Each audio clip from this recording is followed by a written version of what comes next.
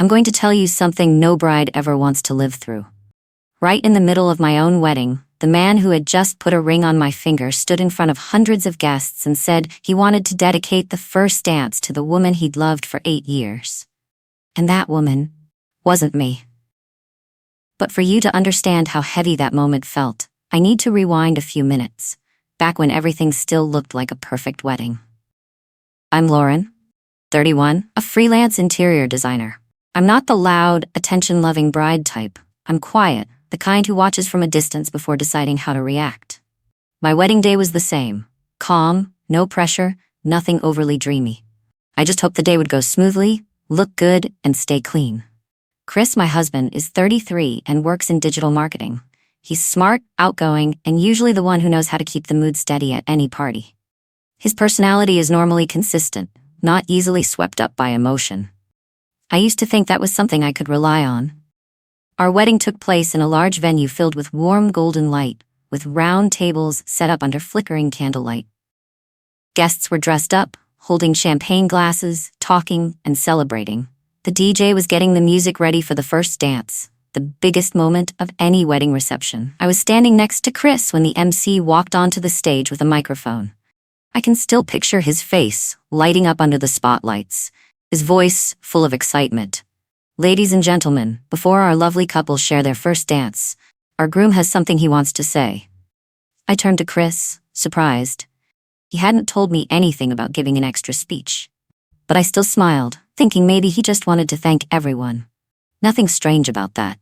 Chris stepped onto the stage. The lights hit him, making his dark suit look even sharper. He held the mic with both hands and took a deep breath, the kind I recognized right away as someone hiding something.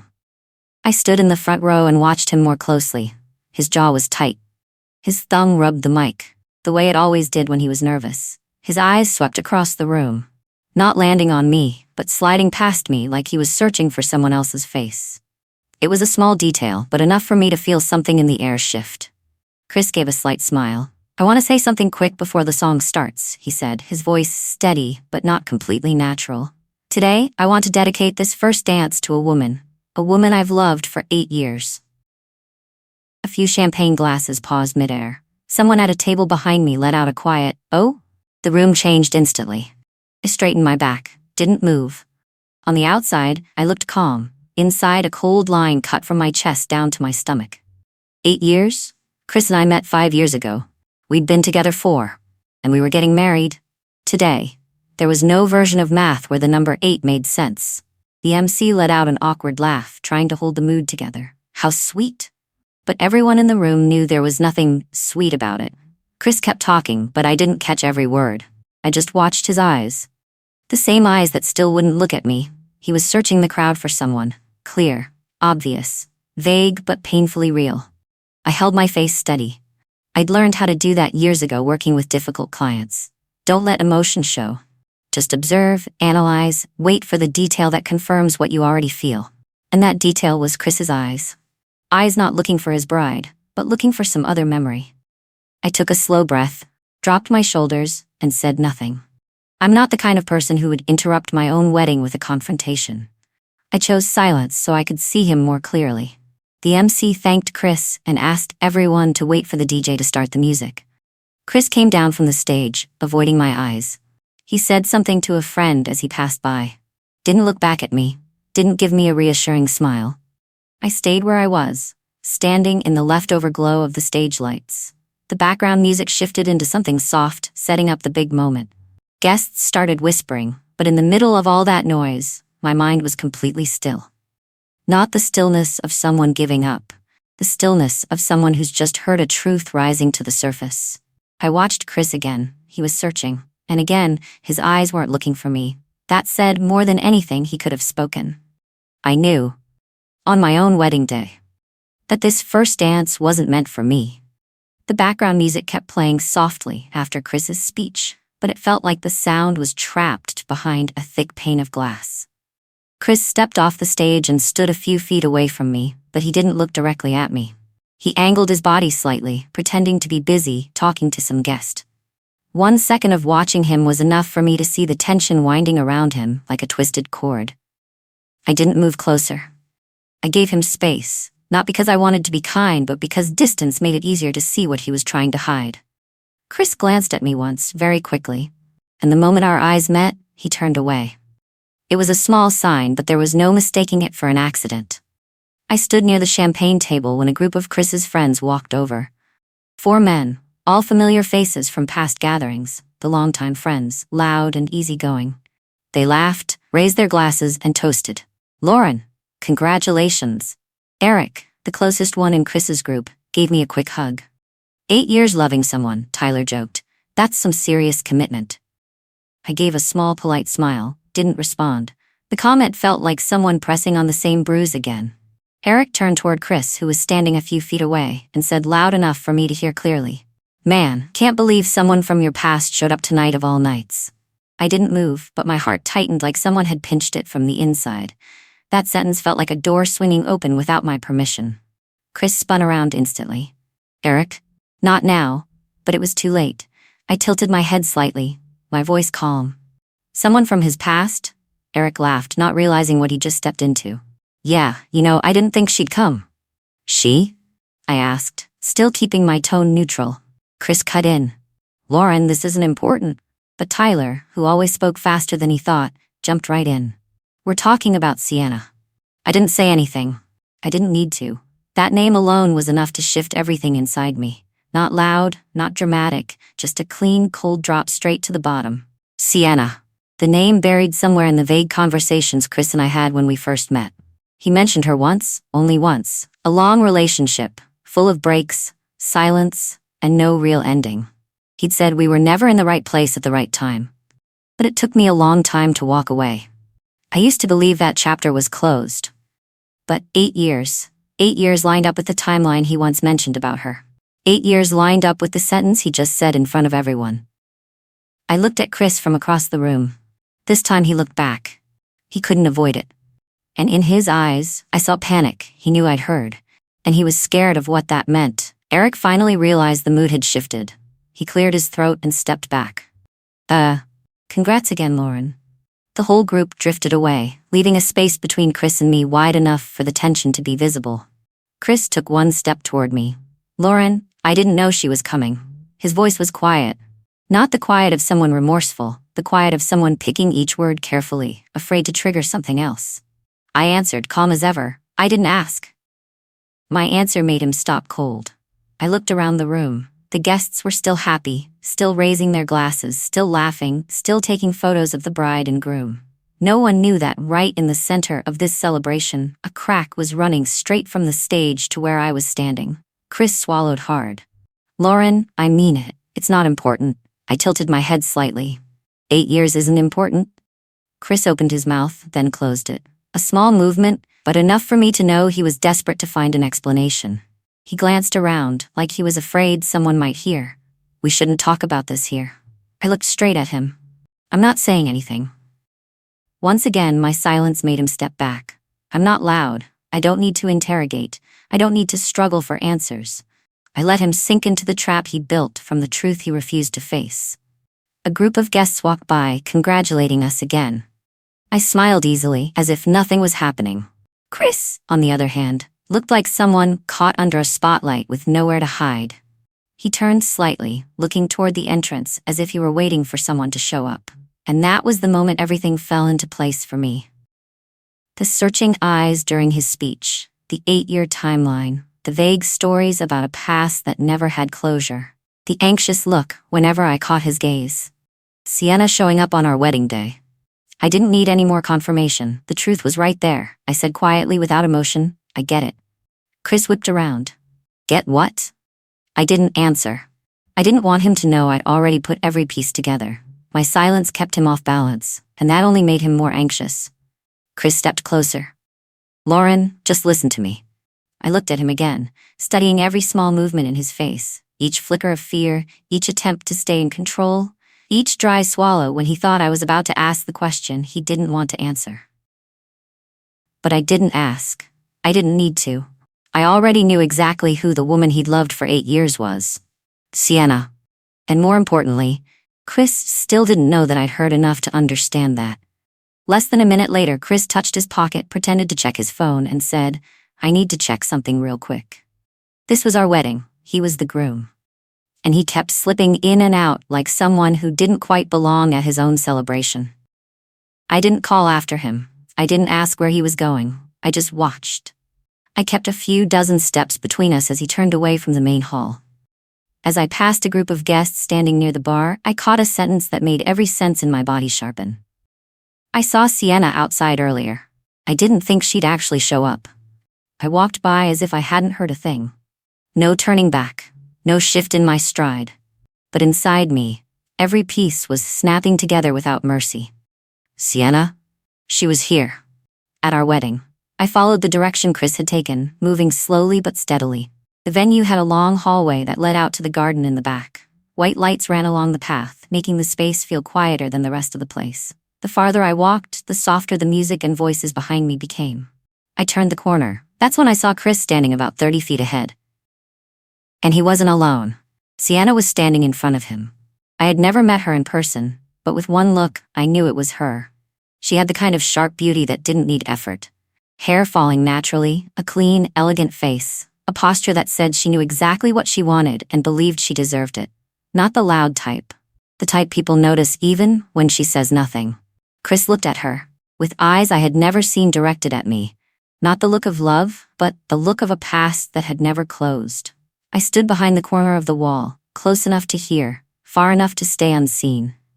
It wasn't that I wanted to hide. I just chose to watch before I stepped in. Chris spoke first, his voice low. "I didn't know you'd come," Sienna smiled. "I almost didn't. But today felt important." Chris looked down at the floor for a second, then lifted his head again. I saw his shoulders drop a little, like her being there drained him and relieved him at the same time. A reaction that didn't belong to a man who had married me just hours earlier. Sienna stepped a half step closer. "You look the same," she said softly. "Still trying to keep it together when you're not." Chris didn't deny it. He just let out a breath, like she'd hit the exact fear he'd been carrying. I didn't feel jealous. I didn't feel threatened. What I felt was a cold clarity, the kind that comes when the truth is peeling back layer by layer, slowly but steadily. Then Sienna said the sentence that made everything inside me drop straight to the bottom. "I didn't expect you to still remember our song." Our song. I stood with my back straight, not a single extra movement. That was the song Chris had chosen for our first dance. The reception room still hadn't started the music, but the moment I heard that line, the whole melody played in my head. And I understood why Chris hadn't looked at me once while he was on stage. Chris swallowed, turning his eyes away, but he didn't deny it. He didn't say that was years ago. He didn't say I forgot. He didn't say that's not why I chose it. He just stood there, silent. And his silence was the truth. Sienna watched him for a beat longer. "I heard your speech," she said quietly. 8 years, Chris, you shouldn't have said that." Chris pinched the bridge of his nose. "I know, it slipped." Sienna tilted her head. "It slipped because it's still in you." I felt my heart compress into something small and heavy, but not enough to make me lose control. My emotions were like water frozen into ice, cold, solid, contained. I watched them in that white hallway, Chris in his groom's suit, Sienna in a simple dress. No hugging, no touching, nothing crossing any obvious line. But there was something between them that didn't need contact to be seen. History. A history I wasn't part of. Chris exhaled hard, touching the wall like he needed it to stay upright. "This isn't the right moment. We shouldn't talk here." Sienna gave a small smile, not sad, not happy. "Maybe this is exactly the moment you need." I saw Chris's hands tremble. A groom shaking on his wedding day, not from emotion, but from facing a past he never closed. Sienna stepped back as if she were about to leave. Chris leaned forward a little out of instinct. Not to stop her, but to hold on to something he still wasn't ready to lose. And right then, before either of them could offer an excuse, I stepped out from the corner of the hallway. Not fast, not angry, not dramatic. Just there, at the exact moment they hadn't yet hidden anything. The sound of my wedding shoes hit the wooden floor, clear and sharp. Chris turned. Sienna turned. Both sets of eyes landed on me, one filled with panic, the other with mild shock. I stood tall in my white wedding dress facing them. No questions, no accusations, no words at all. I just stood there and let my silence say everything. Chris froze when he saw me standing there in my wedding dress. His eyes jumped up, then dropped right away like he was trying to hide what had just been exposed. Sienna stood beside him, fingers tightening on her dress, stepping back half a step. No one spoke in those first few seconds, but the silence was heavy enough to drown out the music coming from the main hall. I took one step forward, my voice steady and completely calm. "You worked pretty hard to find a quiet spot on your wedding day, huh?" Chris looked like my calmness had pushed him straight into a wall. "Lauren, I can explain. I didn't ask why. I didn't ask, do you still love her? I didn't ask why they were meeting here. I didn't come to hear a story he'd try to smooth out to make it sound better." I looked straight at him. "You don't need to explain. I've seen enough." Chris shook his head and stepped closer, his hands halfway raised, halfway dropped. "It wasn't what it looked like." I lifted my chin slightly. "Then look at me and tell me what it looked like." He opened his mouth, then closed it. No answer. My expression didn't change. "I saw you tense up during the speech. I saw your eyes searching for someone. I saw you avoid mine, and I saw you choose a song that wasn't ours." Chris pressed a hand to his forehead, like he could wipe away every word I'd just said. "It was just a moment. I didn't think." I cut in, my voice cold but even. "You thought long enough to choose a song that wasn't ours." Chris froze. A clean hit. Not loud, not dramatic, but right where he feared it most. Sienna turned her face away, but she didn't leave. She stood there in silence as if she understood this wasn't her moment to speak.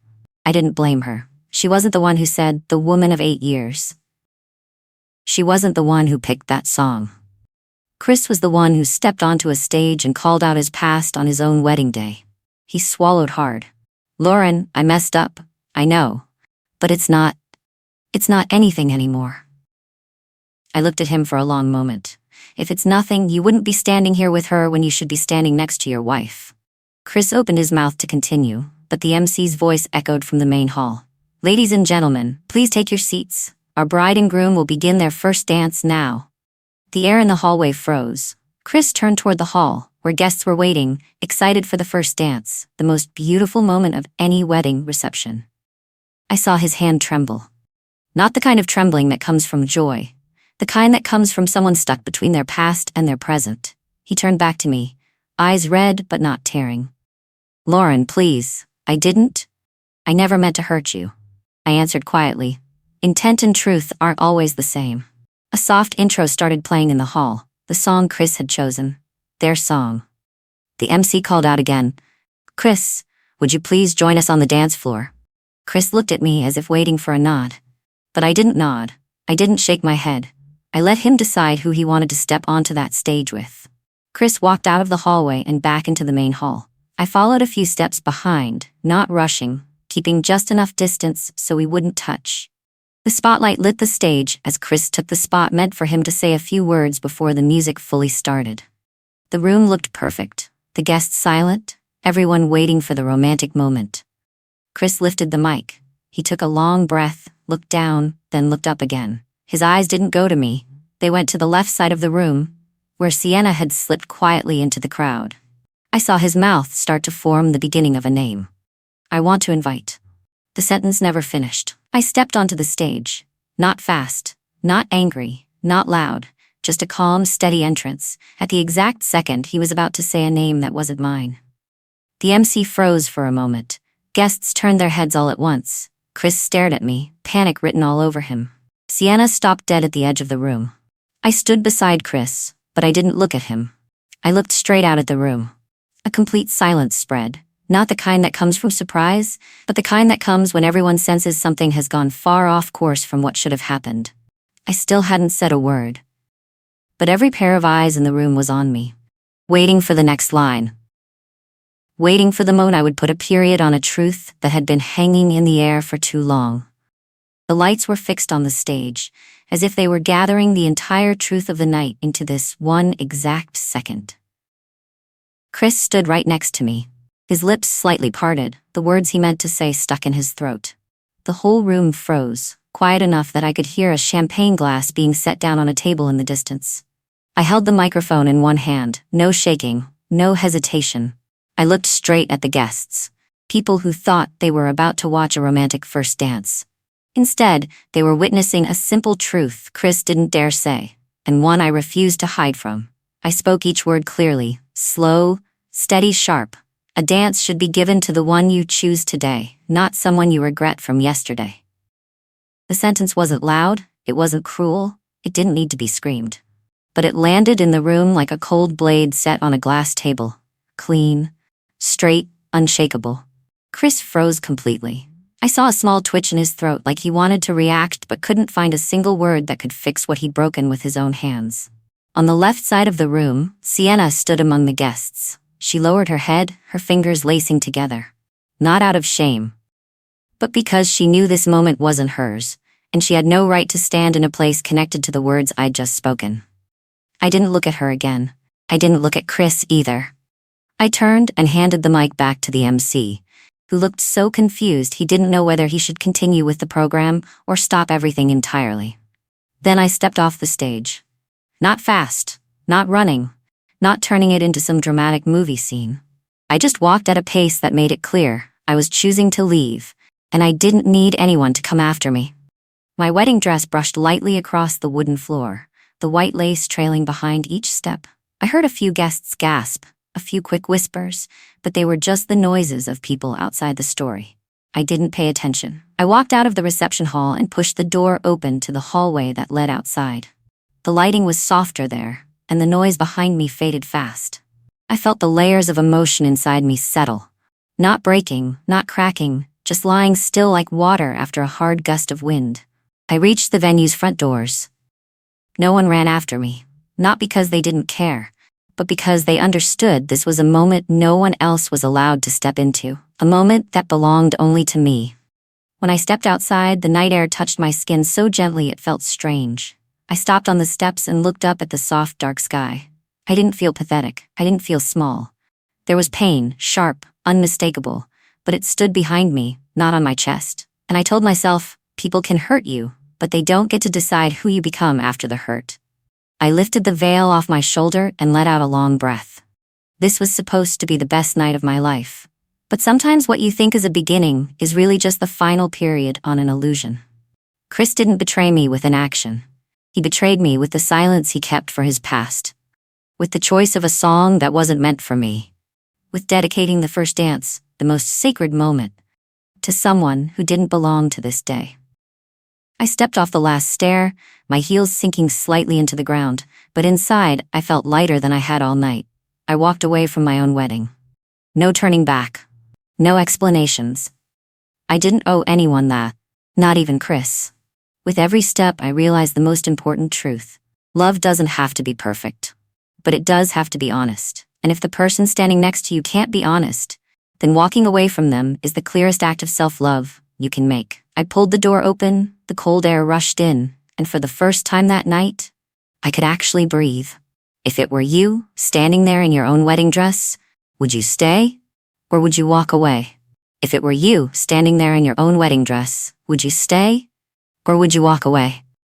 Leave your answer in the comments. I want to hear your honest perspective. Thank you for listening to my story today. See you next time.